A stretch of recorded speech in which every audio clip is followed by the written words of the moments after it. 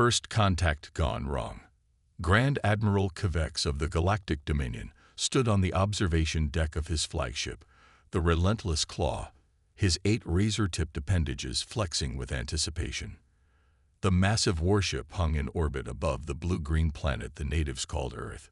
Through the viewscreen, he could see the primitive satellites and space stations orbiting the world, laughably fragile constructions that his vessel could obliterate with a single weapons burst. "Report," he commanded, his voice a series of clicking sounds translated instantly by the neural implant all Dominion officials wore.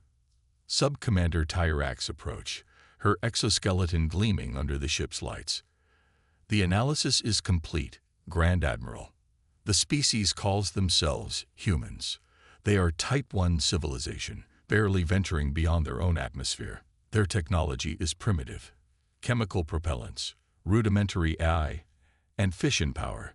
They have no unified planetary government." Kvex's mouthparts twitched in what passed for a smile among his kind. "Defenses? Minimal. They have nuclear weapons, but nothing that could penetrate our shields. Their militaries are fragmented along geographical lines. Most importantly," Tyrax paused, displaying a hologram of a human's internal structure, "they have no natural armor. Soft exteriors with internal skeletons, vulnerable to temperature extremes, radiation, and pressure changes." The Grand Admiral chittered with amusement. The Galactic Dominion had conquered 17 star systems in the past decade alone. They were a coalition of the galaxy's apex predator species, beings evolved from the top hunters on their respective worlds. Their philosophy was simple: the strong consumed the weak. It was the natural order of things. Humans, by all measures, were weak. "Prepare the first wave," Kvex ordered. "Standard subjugation protocol. Let's show these soft-skinned creatures their new place in the universe." Captain Maya Chen was having an ordinary day at Sentinel Station, Earth's primary orbital defense platform. At 35, she had spent the last decade commanding this outpost, monitoring space debris, and coordinating satellite traffic. It was important work, if not particularly exciting. That changed when the alarms blared. "Captain, massive object just appeared at the edge of our detection range," called Lieutenant Rodriguez, his eyes wide as he stared at his console. It's huge, bigger than anything we've ever built." Maya was instantly alert. "Natural phenomenon?" "No, ma'am. It's artificial. And it's moving toward Earth." Before she could respond, Communication Officer Park broke in. "Captain, we're receiving a transmission. It's not from Earth." The command center fell silent. First contact. After centuries of speculation, humanity was about to meet alien life. "Put it through," Maya ordered, straightening her uniform. The main screen flickered, and Maya found herself staring at a creature straight out of a nightmare. A massive insectoid being with multiple limbs, ending in what looked disturbingly like natural weapons. It spoke, the sound a series of clicks and hisses, before a mechanical voice overlaid it. "Humans of Earth, I am Grand Admiral Kvex of the Galactic Dominion. Your world is now under our protection and authority. Surrender your military capabilities and prepare to receive our representatives. Resistance will result in demonstration of force. You have 1 planetary rotation to comply." The transmission cut off. Maya stood frozen for only a second before her training kicked in. "Contact Earth Command immediately, and get me all the data we have on that ship." As her crew rushed to comply, Maya studied the readings. The alien vessel dwarfed anything humans had ever constructed, its hull composed of materials their sensors couldn't even identify. If it came to a fight, Sentinel Station wouldn't stand a chance. But something about the message nagged at her. "Protection and authority," she murmured. The phrasing reminded her of historical colonizers, claiming to protect native populations while exploiting them. This wasn't a greeting. It was a conquest. "Earth Command is scrambling," Captain Rodriguez reported. "The UN Security Council is in emergency session. They're asking for more time to formulate a response." Maya shook her head. "I don't think these visitors are the patient type. She was right. Before Earth's governments could even begin to coordinate a reply, the alien ship launched smaller vessels, dozens of them, streaking toward the planet. "They're bypassing us completely," Park said, watching the trajectories, targeting major cities: Beijing, New York, London, Moscow, New Delhi. Maya made a decision. Battle stations. Arm all defensive measures. Rodriguez looked up, shocked. "Captain, we can't possibly." "We're not attacking," Maya clarified. "But I want options. And send a message to all Earth military commands. Share all our sensor data on these ships. If they're planning to attack, our people need every advantage we can give them." Within hours, it became clear that the Dominion had no interest in peaceful coexistence. Their smaller vessels deployed troops in major cities, massive insectoid soldiers with built-in weaponry and armor, demanding immediate surrender. When met with resistance, they responded with brutal efficiency. But something unexpected happened. The aliens, confident in their technological superiority, hadn't bothered with detailed tactical analysis. They'd assumed that human weapons would be as ineffective as those of other species they'd conquered. They were wrong. Reports flooded in from around the globe.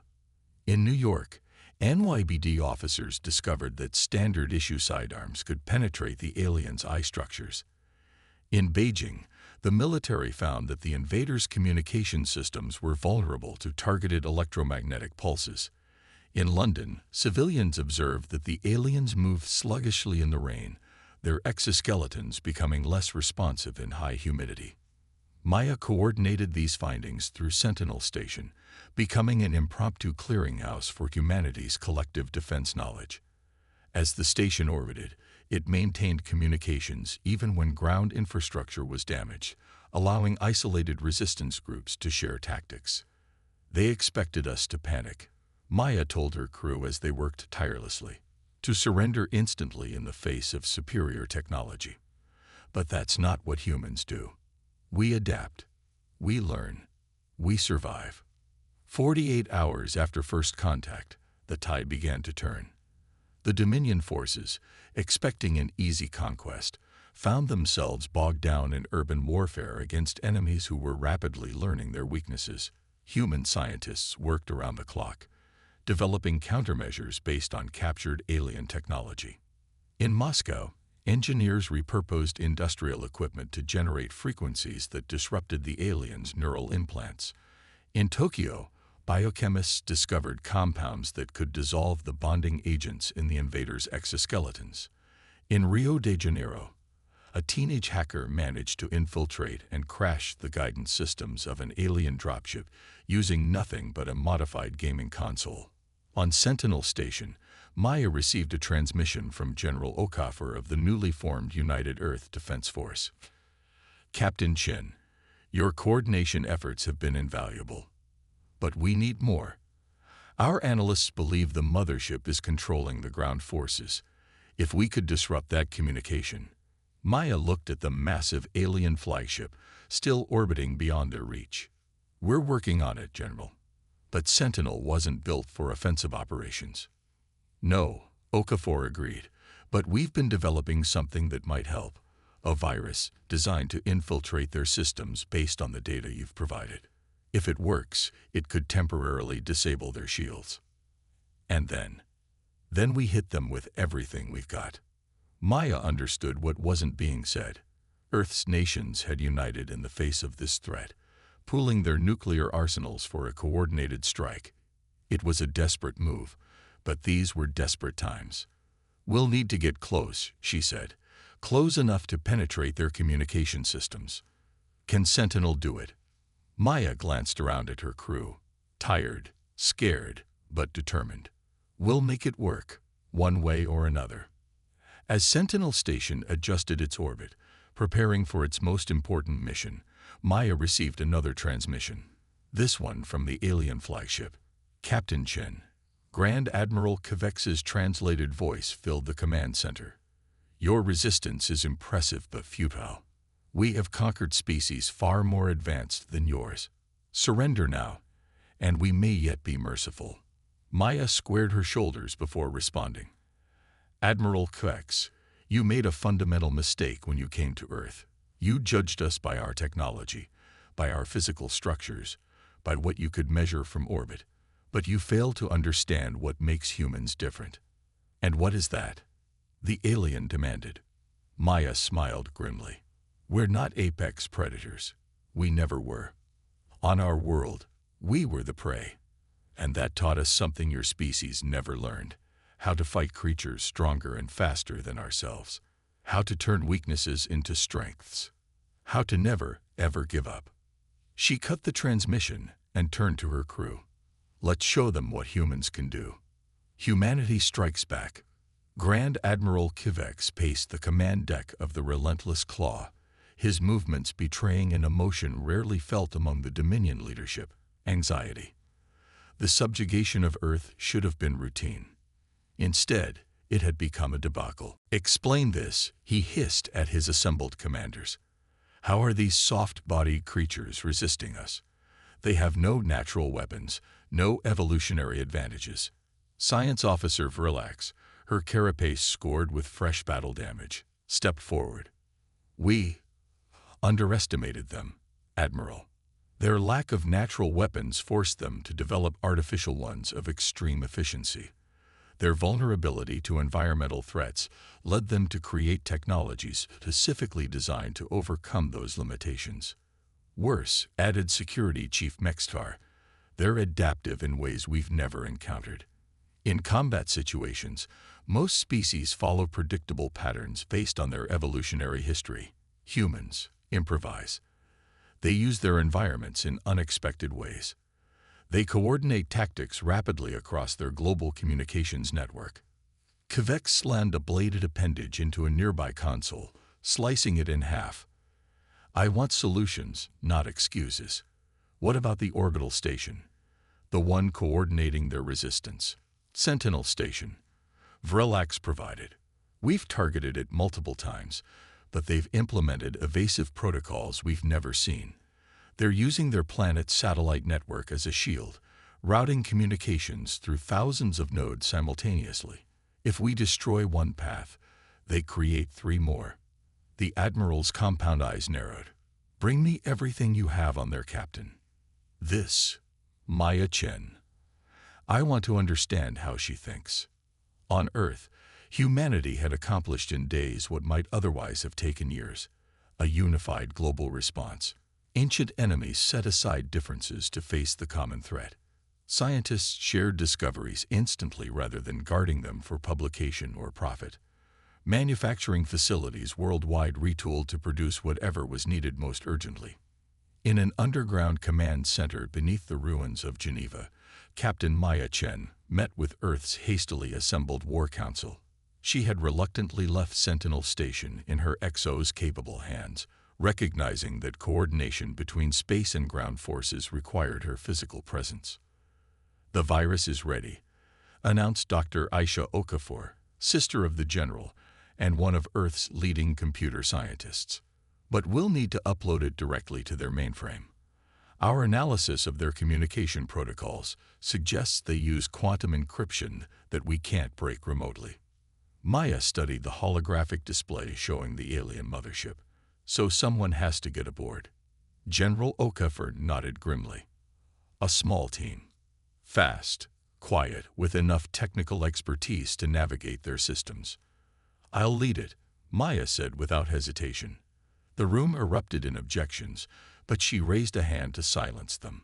I've studied their ship more than anyone. I know their patrol patterns, their blind spots, and I've memorized every piece of intelligence we've gathered on their internal layout. It's a suicide mission, someone protested. Maya's expression remained calm. Maybe, but we're out of alternatives. Their ground forces are regrouping. Our advantages of surprise and improvisation won't work forever. We need to strike at the head. After hours of debate, the plan was approved. Maya would lead a 5-person team. Herself, 2 Special Forces operators, and 2 engineers. They would use a captured alien shuttle, modified to broadcast Dominion identification codes, to approach the mothership under the guise of returning from Earth with priority intelligence. The plan was audacious, borderline insane. It relied on split-second timing, flawless execution, and more than a little luck. In other words, it was quintessentially human. As their stolen shuttle approached the massive Dominion flagship, Maya felt her heart hammering in her chest. Their disguise was thin at best. The shuttle's exterior had been scorched to suggest battle damage, and they were broadcasting an emergency return signal.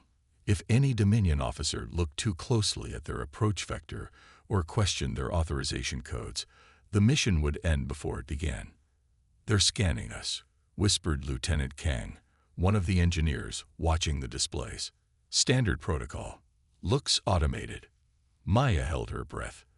Their shuttle contained hidden compartments with their weapons and equipment, shielded from basic scans, but a thorough inspection would reveal them instantly. A moment later, the comm system crackled. "Shuttle TR-419, you are cleared for emergency docking Bay 3. Prepare for decontamination and debriefing."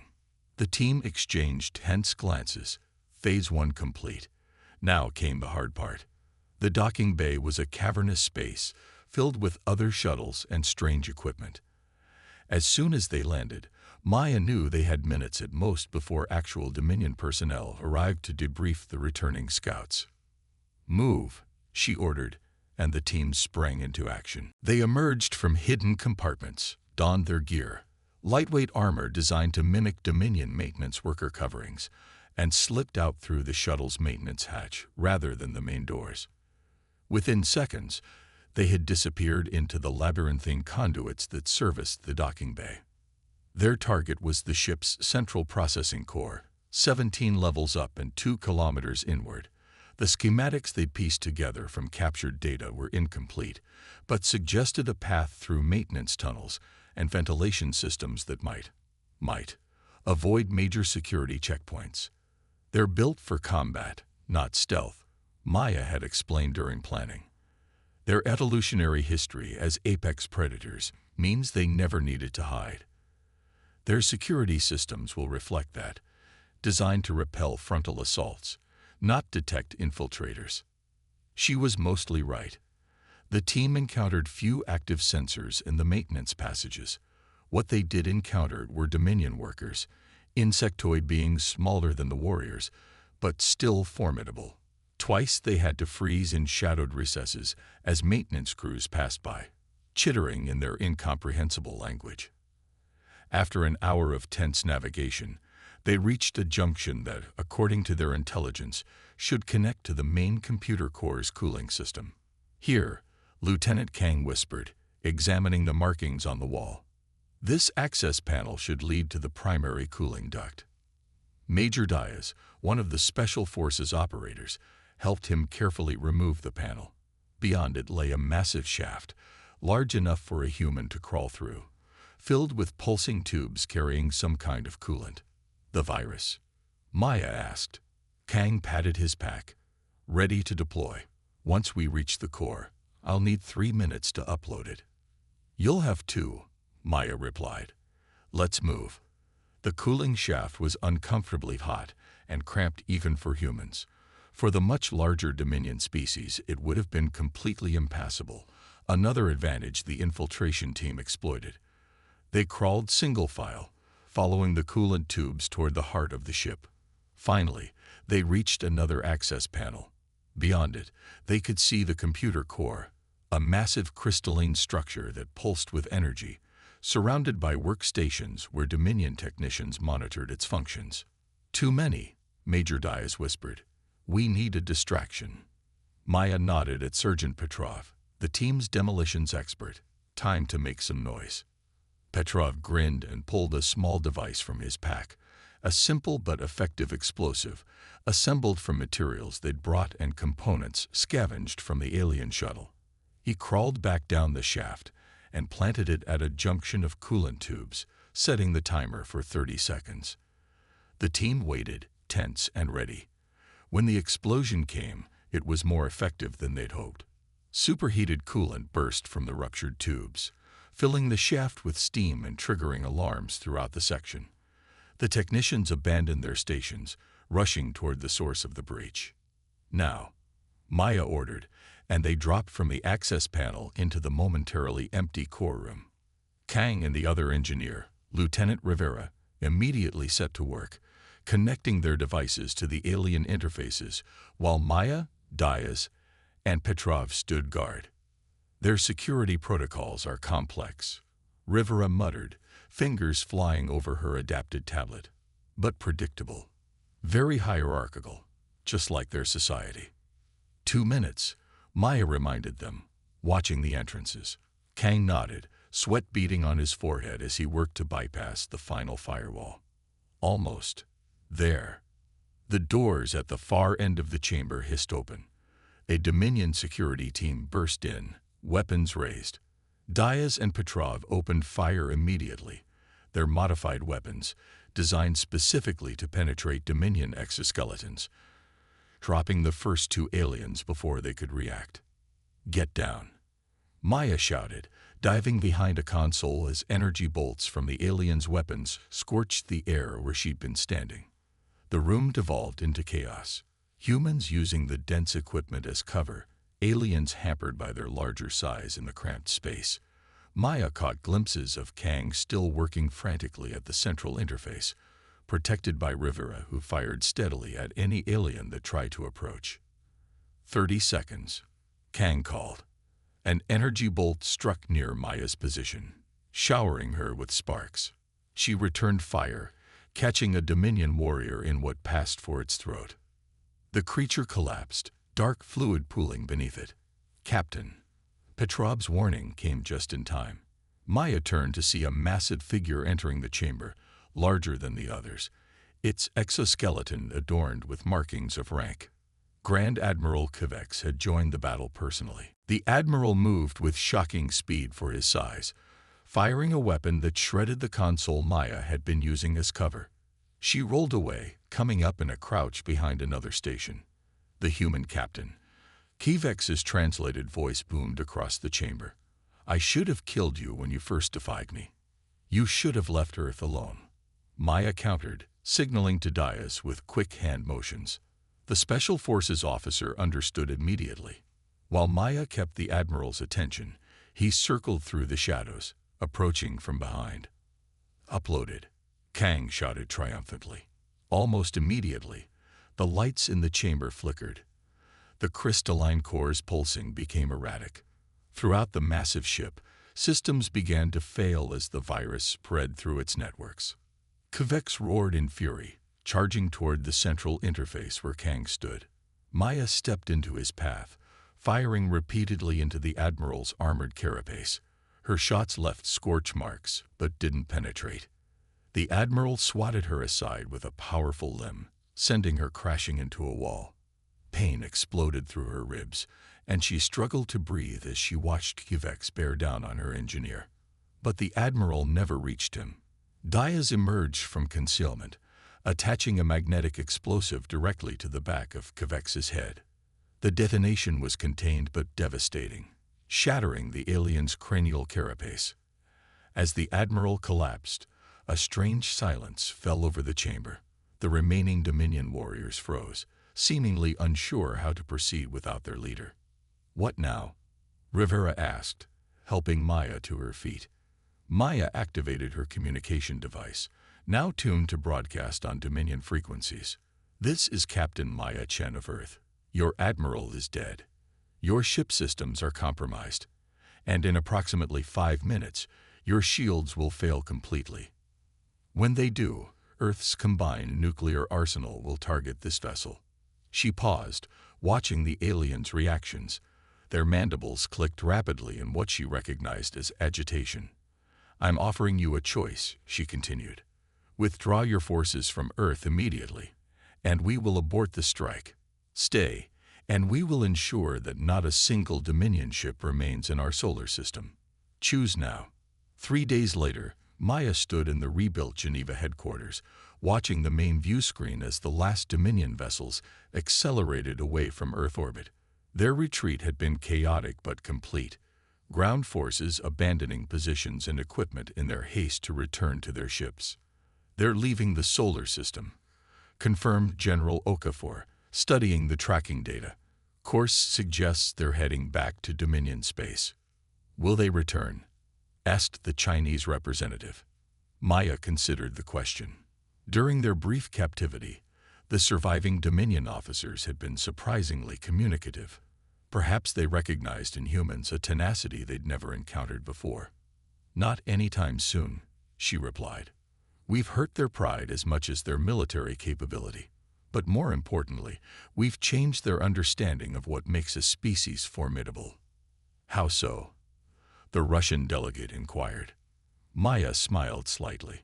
The Dominion evolved as apex predators. Their entire society, their technology, their tactics, all built around overwhelming force.